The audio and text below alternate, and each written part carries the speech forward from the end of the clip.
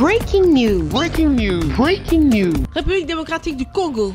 Le ministre congolais des Relations extérieures rencontre son homologue du Rwanda à Goma. Merci de rester sur CNN. Breaking news. Breaking news. Pendant quelques heures, le poste frontière de la Corniche qui sépare la ville congolaise de Goma de celle rwandaise de Gisenyi a été fermé au public pour une rencontre sous haute sécurité tenue secrète jusqu'à la veille. La barrière s'ouvre, le véhicule transportant à son bord M.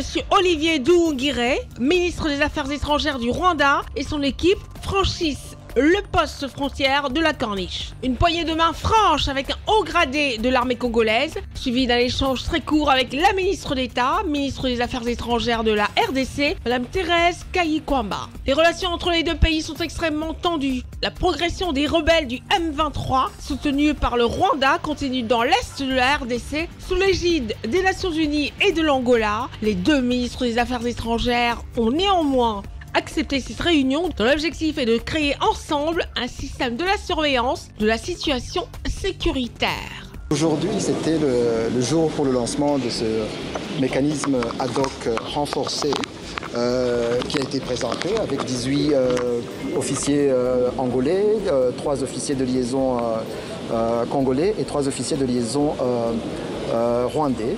Et donc nous sommes ici pour la paix, pour qu'il y ait un mécanisme de vérification du cessez-le-feu qui a été convenu le 4 août et qui doit être respecté. Mais sur le terrain, les combats ne cessent pas, la guerre bat son plein. Les rebelles du M23 ont pris dimanche dernier le contrôle de Kamandé Gite au nord du Kivu avant de se retirer 2 jours plus tard. Une situation et un discours contradictoires qui dépassent les représentants de la société civile congolaise. Il faut noter que c'est toujours les mêmes discours que nous avons toujours entendus. On n'a pas vraiment entendu ce que nous pensions entendre. C'est surtout l'arrêt de la guerre, c'est surtout le retrait de RDF sur le sol congolais. Du côté congolais, il n'a pas été fait de déclaration à la presse. La prochaine session de négociation est prévue le 16 novembre prochain à Luanda, en Angola. Les deux pays devraient échanger sur le retrait des troupes rwandaises du territoire congolais. Merci d'être sur CNN, la télévision autrement. Les programmes se poursuivent. Retrouvez toute l'actualité afro-mondiale en ligne et en multidiffusion sur CNN, C-Web Info et plateformes digitales, Facebook, YouTube, Instagram et en simultané sur Radio Voltage 2.